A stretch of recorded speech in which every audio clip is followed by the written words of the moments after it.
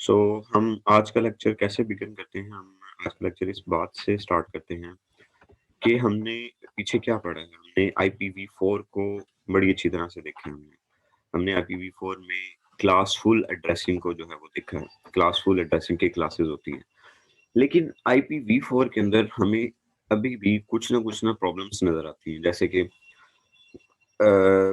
हमने सबनेटिंग की, सब नेटवर्क्स बनाए। हम अब आगे IPv4 के लिए ही एक नया सॉल्यूशन देखेंगे। इसमें हमें एक ही मसला अभी तक आ रहा है। वो मसला ये है depletion of the addresses, address space. हमारे पास एड्रेस स्पेस बहुत कम है IPv4 के अंदर। जिसकी वजह से आपको बेसिक चीज़ पता ही है कि हम IPv6 पे क्यों मूव कर रहे हैं। तो सबसे बड़ी रीज़न IPv6 पे मूव करने की यही है। ऑल्दो आज का हमारा टॉपिक IPv6 नहीं है, लेकिन इससे इस बात से ये ज़रूर क्लियर हो जाता है हमें कि IPv4 में प्रॉब्लम्स हैं। IPv4 के नुकसानात, डिसएडवांटेजेस हैं हमारे पास। कि IPv4 जो कि 1981 में बना था, उस वो 32 बिट एड्रेस है, जो कि सिर्फ 4.3 बिलियन अराउंड, आई गेस, आप इस फिगर को चेक कर लेना, अराउंड 4 बिलियन एड्रेसेस स्पेस हमारे पास अवेलेबल है, और फिर भी हमारी ज़रूरत पूरी नहीं होती। और हमने लास्ट टाइम देखा था कि अपनी ज़रूरत को पूरा करने के लिए हम क्या कर रहे थे, हम इन एड्रेसेस को दोबारा से रीयूज़ कर रहे थे और फिर मास्किंग कर रहे थे। सबनेट मास्किंग जो आपने देखी हो, तो सब नेटवर्क्स हम बना रहे थे, सबनेटिंग का कॉन्सेप्ट हमारे पास आ रहा था। तो और फिर उसके बाद और भी काफ़ी सारी हैं। इसमें अगर हम बात करते हैं ना आईपी सिक्योरिटी की, तो उस लिहाज से भी कोई इतना बेहतर IPv4 की सिक्योरिटी कोई इतनी बेहतर नहीं है हमारे पास। फिर उसके बाद इसके अंदर मैनुअल कॉन्फ़िगरेशन होती है, जो DHCP, ये आपने अभी पढ़ा तो नहीं है, लेकिन वैसे ही एक जस्ट अपनी बात में वज़न लाने के लिए मैं कह रहा हूँ कि IPv4 को हमें अब ड्रॉप करके कोई नेक्स्ट सॉल्यूशन की तरफ मूव जो है वो करना है। अल्टीमेटली देखिए, हम जितना अपना ये सारा कोर्स पढ़े, मैं आपको at the end of the day लेके V6 पे ही जाऊँगा। लेकिन हम एक और आज एक टॉपिक पढ़ेंगे जिससे हम ये देखेंगे कि IPv4 में जो हमारे पास जिसमें प्रॉब्लम है कि हमारे पास एड्रेस डिप्लीशन जो है, एड्रेस बहुत ज़्यादा इसमें कम होने से हमें एड्रेसेस को यूज़ करना बार-बार रीयूज़ करना पड़ जाता है। तो इस एड्रेस डिप्लीशन की प्रॉब्लम को हम IPv4 का एड्रेस इस्तेमाल करते हुए ही एक दूसरी टेक्नीक आज पढ़ेंगे, जिसे हम कहते हैं क्लासलेस इंटर डोमेन राउटिंग, जिसे हम कहते हैं क्लासलेस एड्रेसिंग आप कह लें। ऑल्दो ये IPv4 का ही सॉल्यूशन है, IPv4 को ही हम इस्तेमाल कर रहे होते हैं, लेकिन इसके बाद भी हम IPv4 की क्लासलेस पढ़ने के बाद भी, क्लासलेस एड्रेसिंग पढ़ने के बाद भी अल्टीमेटली एंड पे हम IPv6 के ऊपर ही जंप करेंगे। तो इसमें फिर भी मतलब कि देखिए, आईपी एड्रेसेस को रीयूज़ करना कोई प्रॉपर सॉल्यूशन नहीं होता। तो हम एक बार आई इस क्लासलेस इंटर डोमेन राउटिंग को पढ़ने के बाद, क्लासलेस को पढ़ने के बाद जब हम IPv6 पे जाएँगे, तो मैं आपके साथ ये डिस्कशन दोबारा करूँगा कि अब आप देखें, हम IPv4 को क्यों जो है वो ज़्यादा लॉन्ग टर्म टाइम के लिए इस्तेमाल नहीं कर पाएँगे। तो उसमें काफ़ी सारी जो है वो डिस्कशन इन्वॉल्व होगी कि सर हमने, देखिए, सबसे बड़ी प्रॉब्लम ये भी होती है ना कि हमने जो डिवाइसेज़ अपनी बना ली हैं, जो हार्डवेयर डिज़ाइन कर लिए हैं, उनके जो प्रोटोकॉल्स बना लिए हैं, वो तो IPv4 के पॉइंट ऑफ व्यू से बना लिए हैं। तो अब IPv6 को आप इंट्रोड्यूस कराएँगे, तो क्या डिवाइसेज़ के हार्डवेयर को अपडेट करने की ज़रूरत पड़ेगी? क्या उनके ओएस को अपडेट करने की ज़रूरत पड़ेगी या नहीं पड़ेगी? तो ये एक अलग ही हम इंशाल्लाह लास्ट पे बहस करेंगे। लेकिन IPv6 पे जाने से पहले हम अभी भी IPv4 का साथ देंगे, और हम ये कहेंगे कि हम IPv4 के साथ अगर एक और कोई शॉर्ट टर्म सॉल्यूशन, जिसे कहते हैं ना टाइप ऑफ जुगाड़, अगर हम IPv4 के साथ लगा लें, तो क्या हम IPv4 के ऊपर ही स्टे कर सकेंगे या नहीं स्टे कर सकेंगे? तो वो जुगाड़ क्या है हमारे पास? वो जुगाड़ है हमारे पास क्लासलेस एड्रेसिंग। ये जो क्लासलेस एड्रेसिंग है, ठीक है जी। तो अब क्लासलेस एड्रेसिंग में होता क्या है? तो क्लासलेस एड्रेसिंग के अंदर सबसे पहली बात ये कि नाम से क्लियर है कि कोई क्लास नहीं होगी। IPv4 के अंदर हमने लास्ट टाइम देखा था कि हमारे पास जो है वो क्लासें होती हैं ए से ई, फिर वो लास्ट 2 जो है वो स्पेशल क्लास होती है, फिर हम ए, बी, सी क्लास इस्तेमाल करते हैं। लेकिन हमें भी पता है कि जब हम ए, बी, सी क्लास को इस्तेमाल कर रहे होते हैं, तो उसमें बहुत ज़्यादा हमारे पास जो है वो एड्रेस स्पेस ज़ाया हो जाती है। वेस्टेज एड्रेस की बहुत ज़्यादा है। एड्रेस की वेस्टेज क्यों ज़्यादा है? उसकी सबसे बड़ी रीज़न ये है एड्रेस वेस्टेज के ज़ाया होने की, कि एक ऑर्गेनाइज़ेशन है, ऑर्गेनाइजेशन कहती है कि हमें 1000 एड्रेसेस चाहिए, ठीक है? आईएसपी, आपको पता है ना कि ये जो इदारा होता है आईकैन या ANN इंटरनेट असाइनिंग अथॉरिटी जो होती है, ये आगे डिफरेंट आईएसपीज़ को जो है वो एड्रेस एलोकेशन करती है। सो आईएसपी आगे फिर फर्दर ऑर्गेनाइजेशन को जो है वो एड्रेस एलोकेट करती है, मतलब कि ये हायरार्की पूरी चलती है ऊपर से लेकर नीचे तक। तो जब ये हायरार्की बेटा चलती है, तो उसमें फिर प्रॉब्लम ये आती है कि एक ऑर्गेनाइजेशन को अगर 1000 या 2000 या 200 या 300 एड्रेसेस की ज़रूरत है, तो आपको पूरी एक क्लास एलोकेट उन्हें करनी पड़ रही है। तो उसकी वजह से बाकी जो यूज़ नहीं हो रहे, वो सारे हमारे क्या हो जाते हैं, वेस्ट हो जाते हैं। तो हमने ये इसमें ये सोचा, जो हम पढ़े हैं आज हम देखने लगे क्लास लेस में, हमने ये कहा कि आप क्लासें खत्म कर दो। आपको क्लास बनाने की ज़रूरत ही नहीं है। आप क्या करो, आप इसके अंदर ब्लॉक्स का कॉन्सेप्ट ले आओ। आप इसके अंदर ब्लॉक्स का कॉन्सेप्ट ले आओ। जैसे क्लासेस के अंदर हम 2 लेवल एड्रेसिंग करते थे ना, 2 लेवल एड्रेसिंग से क्या मरा था? पहला, क्लास का जो पहला आइडेंटिफायर होता था, वो आपका क्या डिफाइन करता था? ओके। सो हमने ये देखा कि हमारा क्लास लेस के अंदर उसने एक सिंपल सॉल्यूशन हमें दिया कि आप क्लास को तो भूल जाओ। अब आपको क्लास वगैरह लेके चलने की ज़रूरत नहीं है। तो अब आप क्या करो, अब आप अपने आईपी जो आपका एड्रेस है, उस एड्रेस को ब्लॉक्स के अंदर डिवाइड कर दो। ठीक है? ऑब्वियसली हमें ये तो कन्फर्म बात है कि जिस तरह आईपीवी4 एड्रेस के 2 पार्ट्स होते थे, इसी तरह से इसके भी 2 पार्ट्स होंगे। इसमें भी 2 पार्ट्स होंगे ना, जैसे क्योंकि अगर आपके पास कोई भी एड्रेस है, अगर आप उस एड्रेस से पता ही नहीं लगा सकें कि ये किस नेटवर्क का है और इसका होस्ट ये होस्ट है या क्या है, इसका होस्ट पार्ट क्या है, नेटवर्क पार्ट क्या है, तो फिर वो एड्रेस का तो फ़ायदा नहीं ना, मतलब कि एड्रेसिंग क्यों की जाती है? आइडेंटिफिकेशन के लिए ना, हर एक की अपनी एक पहचान होनी चाहिए। तो अगर आपको वो पहचान ही नहीं एड्रेस से हो रही, तो फिर तो फ़ायदा नहीं है। तो ये बात तो कन्फर्म है कि ब्लॉक वाली जो कहानी है, वो कुछ भी नहीं है। सिर्फ़ उसके अंदर क्या होगा, सिर्फ़ उसके अंदर ये होने वाला है कि आपका ब्लॉक के अंदर जो क्लास है, उसका कॉन्सेप्ट खत्म होने वाला है। दूसरी बात, हम ब्लॉक्स की जब सोचते हैं, तो हमें एक और सवाल हमारे माइंड में आता है कि हमारा जो आईपीवी4 एड्रेस था, उसका साइज़ क्या था? एग्ज़ैक्टली बेटा, हमारे पास 32 बिट होते हैं। तो इसका मतलब ये होगा बेटा कि जो हमारे पास ये ब्लॉक होगा, इस ब्लॉक का जो साइज़ होगा, ये भी 32 बिट का होगा। ठीक है जी? ये भी हमारे पास जो है वो 32 बिट का ही ब्लॉक साइज़ होने वाला है हमारे पास। तो अब आगे चल के मज़ीद देखते हैं कि हमारा जो ब्लॉक है वो 32 बिट का होगा और उसमें क्या होगा। अब आगे कहता है कि अब इसमें सिर्फ़ नाम चेंज करने के लिए थोड़ा-सा हम क्लासलेस की तरफ चले गए ना, तो वो क्लासफुल था, क्लासफुल का क्लासलेस के साथ नाम चेंज करने के लिए हम जो है वो फर्स्ट पार्ट को प्रीफिक्स कह रहे हैं और ब्लॉक के सेकंड पार्ट को हम जो है वो सुफिक्स का नाम दे रहे हैं। ठीक है? यानी कि जो प्रीफिक्स होगा बेटा, वो आपका नेटवर्क आईडी होगा एक किस्म का, जैसे क्लासफुल के अंदर था, और जो सुफिक्स पार्ट होगा वो आपका होस्ट पार्ट होगा। तो सेम वही चीज़ है, बिल्कुल वैसे ही है। तो इसमें बड़ी बड़ी सिंपल सी बात है कि अगर आपने n बिट्स इस्तेमाल की हुई हैं अपने नेटवर्क पार्ट के लिए, तो टोटल 32 बिट्स हैं। तो इसका मतलब है 32 में से आप n बिट्स को निकाल देंगे। 32 में से अगर आप n बिट्स को निकाल देंगे, तो फिर आपके पास उतनी जो है वो होस्ट बिट्स आ जाएँगी। तो हमें ये बात क्लियर होगी कि क्लासलेस के अंदर पहली बात कि क्लासलेस के अंदर कोई क्लासें नहीं होंगी। दूसरी बात, इसके अंदर ब्लॉक्स इस्तेमाल होंगे और ब्लॉक का साइज़ क्या होगा? 32 बिट होगा। और 32 बिट के बाद जो ब्लॉक का फर्स्ट पार्ट होगा वो ब्लॉक आईडी होगा, या ब्लॉक आईडी कह लें या नेटवर्क आईडी कह लें। दूसरा पार्ट जो ब्लॉक का होगा वो होस्ट आईडी होगा, ठीक है? और वो होस्ट आईडी को हम सुफिक्स का भी नाम देते हैं, और जितनी बिट्स आप अपनी इस्तेमाल कर रहे होंगे प्रीफिक्स में, जितनी बिट्स आप इस्तेमाल करें प्रीफिक्स में, बाकी जो बिट्स बचेंगे वो आपको बताएँगी कि टोटल होस्ट बिट कितनी अवेलेबल है। जैसे मिसाल के तौर पे बेटा मैं आपको कहता हूँ कि मेरे पास एक ब्लॉक है ये एक ब्लॉक है और इस ब्लॉक में ना मैंने नेटवर्क का एड्रेस लिखा हुआ है, नेटवर्क का एड्रेस लिखा हुआ है। तो मेरे पास हैं ये 28 बिट हैं, 28 बिट का ये मेरा नेटवर्क आईडी है, 28 बिट का नेटवर्क आईडी। तो क्या आप मुझे बता सकते हैं कि मैं इस 28 बिट के नेटवर्क आईडी से कितने होस्ट अकोमोडेट कर सकता हूँ? कितने होस्ट को जो है मैं आईडी यही वाला 28 बिट वाला असाइन कर सकता हूँ? सो 16 होस्ट जो है हम इसके साथ जो है वो अकोमोडेट कर सकते हैं। तो प्रीफिक्स की लेंथ क्लासलेस एड्रेसिंग के अंदर जो है वो 1 टू 32 भी हो सकती है। देखिए यहाँ पे हमें रिस्ट्रिक्शन नहीं है कि आपने नेटवर्क आईडी के लिए डिफाइन करना ही करना है और होस्ट आईडी के लिए कुछ भी रखना है। तो प्रीफिक्स जो नेटवर्क आईडी है वो 1 टू 32 भी हो सकती है। तो वो कहता है कि अगर आप प्रीफिक्स की लेंथ, ठीक है? और सुफिक्स की लेंथ अपने पूरे होल इंटरनेट के लिए आप अगर आप पूरे होल इंटरनेट के लिए इतने एड्रेसेस टोटल कंसीडर करें, तो फिर हमारे प्रीफिक्स की और सुफिक्स की लेंथ क्या होगी?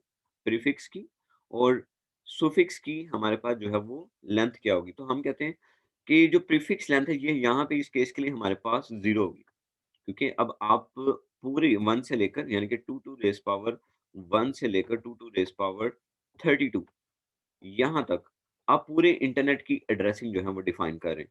यानी कि 2 टू रेज़ पावर 1 के ऊपर एक होस्ट आ जाएगा, ठीक है? यानी कि 2 टू रेज़ पावर 1 कह रहा हूँ कि 2 टू रेज़ पावर 1 का मतलब है 2 एड्रेसेस, सो 2 एड्रेसेस तो एक एड्रेस पे एक होस्ट होगा, दूसरे एड्रेस पे दूसरा होस्ट होगा।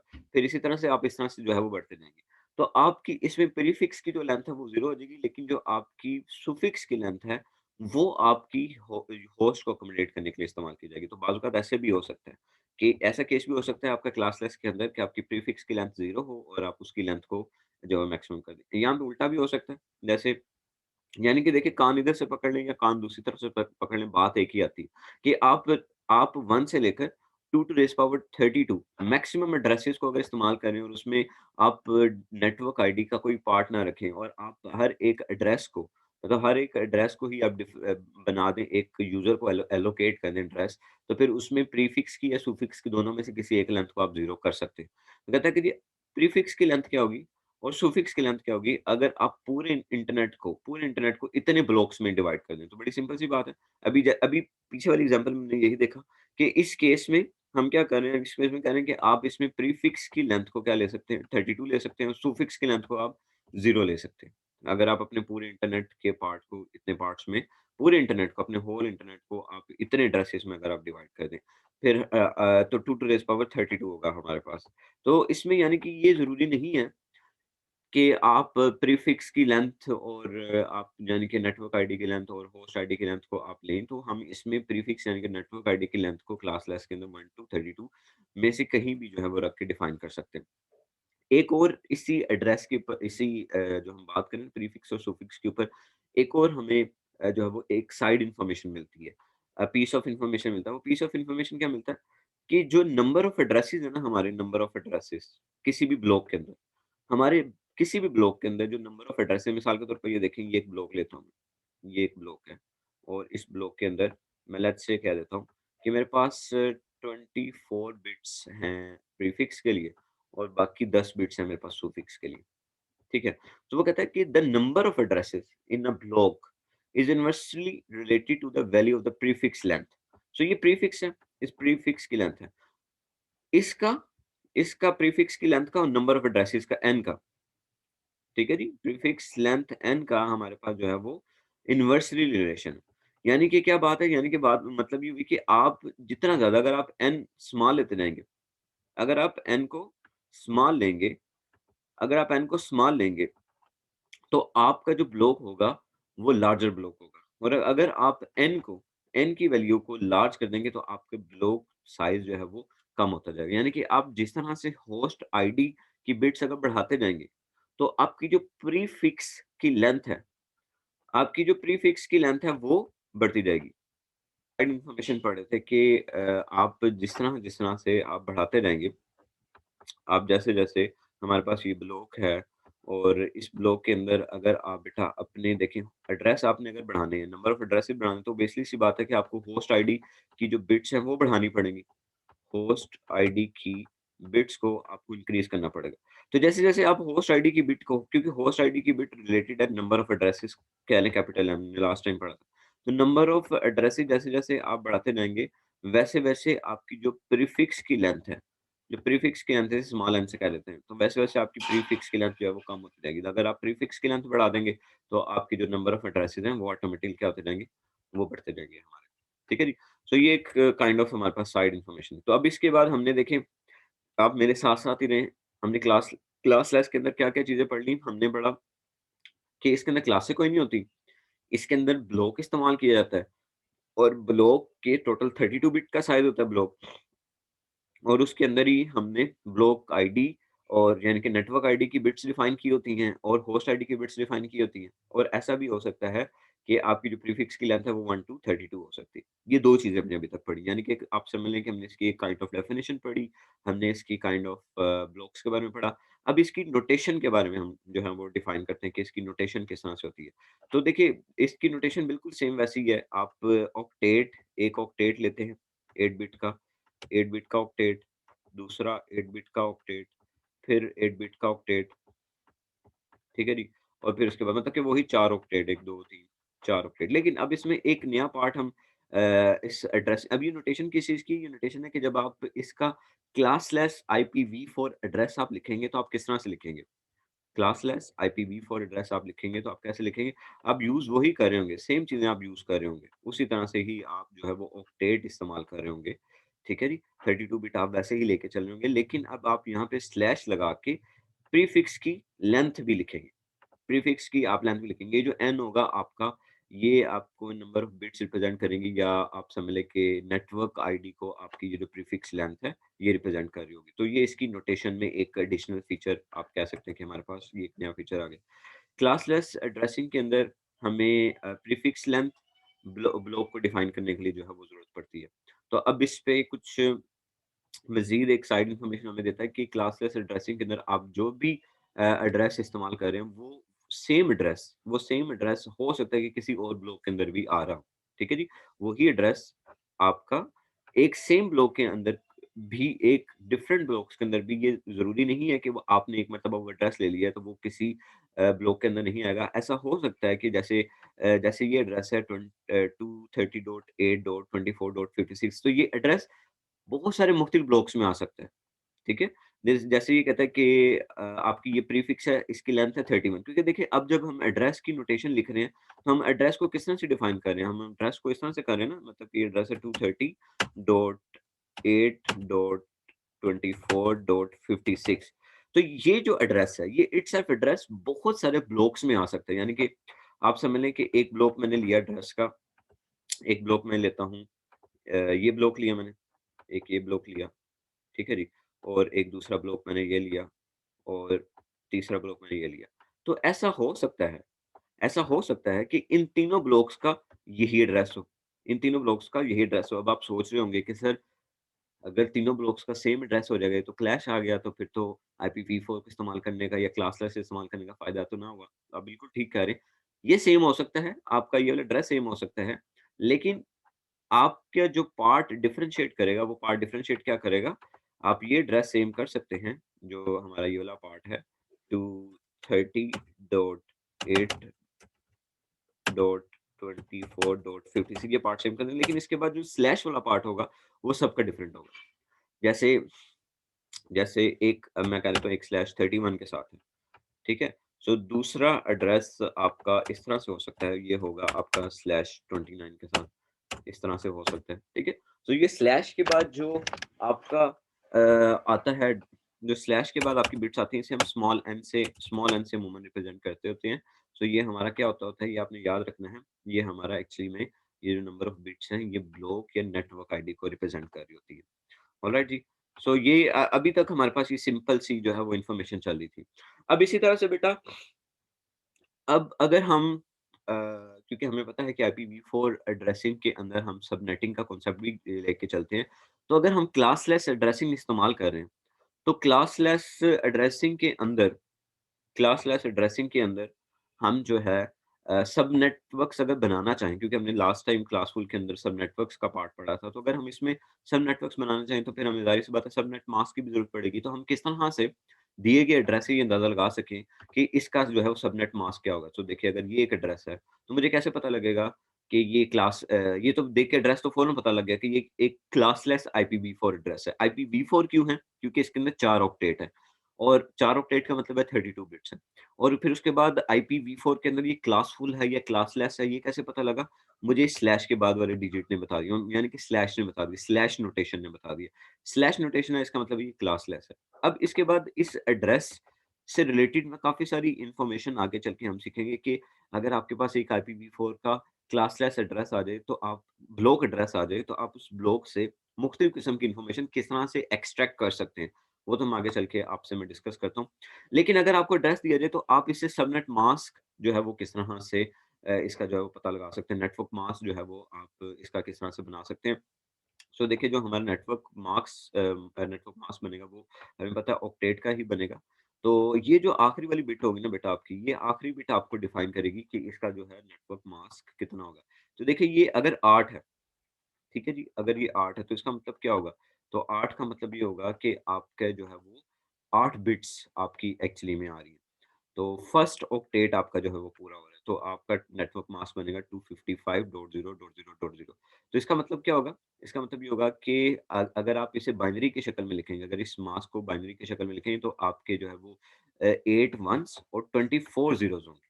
8 वन्स और 24 ज़ीरोज़ का क्या मुराद है देखिए, 255.0.0.0। तो 255 कब आता है हमें पता है, जब 8 के 8 जो है वो 1 1 2 3 4 5 6 7 8। सो बाकी यहाँ पे देखिए, यहाँ पे भी 8 ज़ीरो, यहाँ पे भी 8 ज़ीरो, फिर आगे 8 ज़ीरो, फिर आगे 8 ज़ीरो। तो आपके इस तरह से करके 8, 16 और 24 तो 24 आपके ज़ीरो हो जाएँगे। सो ये 8 हमें ये बता रहा होगा कि इसकी जो प्रीफिक्स लेंथ है 8 है। और अगर अगर हमें प्रीफिक्स लेंथ पता लग जाए, अगर हमें प्रीफिक्स लेंथ पता लग जाए एक ब्लॉक की, तो हमें पता लगे कि इस ब्लॉक की जो प्रीफिक्स लेंथ है वो 8 है। तो फिर इसका मतलब है कि जो आपकी सुफिक्स की लेंथ होगी वो कितनी होगी ऑटोमेटिकली 24 होगी आपकी सुफिक्स की लेंथ। फिर इसी तरह से आगे देखें, अगर आपको ये एड्रेस दे दिया जाए और ये IPv4 क्लासलेस एड्रेस है। सो इस एड्रेस से अगर आपको कह दिया जाए कि आप इसका नेटवर्क मास्क बताएँ, तो किस तरह से बताएँगे? तो आप देखेंगे हमारे पास क्या है, 16 है। तो 16 से क्या मुराद होगी? 16 से मुराद ये होगी कि आपकी जो प्रीफिक्स की लेंथ है वो अब कितनी होगी? प्रीफिक्स की लेंथ आपकी हाफ हो जाएगी। सो प्रीफिक्स की लेंथ आपकी 16 हो गई और सुफिक्स की लेंथ भी आपकी कितनी होगी? 16 होगी। तो अब आपका जो नेटवर्क मास्क बनेगा वो उसमें क्या होगा? उसमें 80 16 वन्स होंगे आपके पास और 16 ही आपके पास ज़ीरो आएँगे। सो सिमिलरली थर्ड एग्ज़ाम्पल में भी सेम है हमारे पास, ठीक है जी। अच्छा, थर्ड एग्ज़ाम्पल थोड़ी-सी शायद डिफ़िकल्ट हो सकती है हमारे लिए। देखिए यहाँ पे 27 आ गया, यहाँ पे 27 आ गया। तो 27 से क्या मुराद है? 27 से ये मुराद है हमारी कि 27 27 से ये बात तो क्लियर है हमें कि 27 जो है ये हमारा सुफिक्स हो गया, प्रीफिक्स हो गया और बाकी जो 5 वाला बचा ये हमारे पास प्रीफिक्स हो गया। अब 27 को अगर हम देखें अपने नेटवर्क मास्क के लिए देखें, इस लेंथ को नेटवर्क मास्क बनाना चाहें, तो किस तरह से हम बना सकते हैं? हमारे पास जो है वो 4 ऑक्टेट मौजूद है ना, 4 ऑक्टेट मौजूद है। तो पहले वाले 8 ऑक्टेट क्या होगा? वो तो हो जाएगा आपका 255 हो जाएगा। ठीक है? 255 हो जाएगा। फिर उसके बाद क्या आएगा आपके पास? 255 के बाद फिर उसके बाद आपके पास आ जाएगा, ये भी 255 आ जाएगा। ठीक है जी? ये भी आपके पास जो है वो 255 आ जाएगा आपके पास। ये भी 255 आ जाएगा। अब देखिए ये आपकी टोटल 27 बिट्स थी। तो 8, 16 और 24, 24 हो गए। अब आपके पास कितनी पीछे बिट्स बच गई? आपके पास 27 में से 27 माइनस हमने 24 किया, तो आपके पास बिट्स बच गई, 3 बिट्स बच गई। ठीक है जी? तो इसका मतलब क्या होगा कि इस मास्क की कितनी बिट्स 1 होंगी? इस मास्क की 27 बिट्स 1 है, 27 बिट्स 1 है।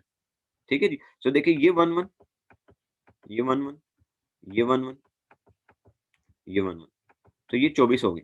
अब इसके बाद जब आप लिखेंगे बेटा, अगली 8 बिट को आपने जब फिल करना 1, 2, 3, 4, 5, 6, 7, 8, इन बिट्स को जब आपने फिल करना है तो हमने क्या करना है? 1, 2, 3, क्योंकि हमारी 3 बिट्स ही बची। 27 में 24 बिट्स को हमने 1 कर दिया, बाकी 3 बिट्स बची, इनको हमने क्या कर दिया? 1 कर दिया। बाकी इसके बाद वाला जो होगा वो सारा पार्ट आपका क्या हो जाएगा? 0 हो जाएगा। अब इस बाइनरी को आप कन्वर्ट कर लें डॉटेड डेसिमल नोटेशन में, तो वो क्या बनेगा आपके पास? वो बनेगा 224 बनेगा आपके पास। ठीक है जी?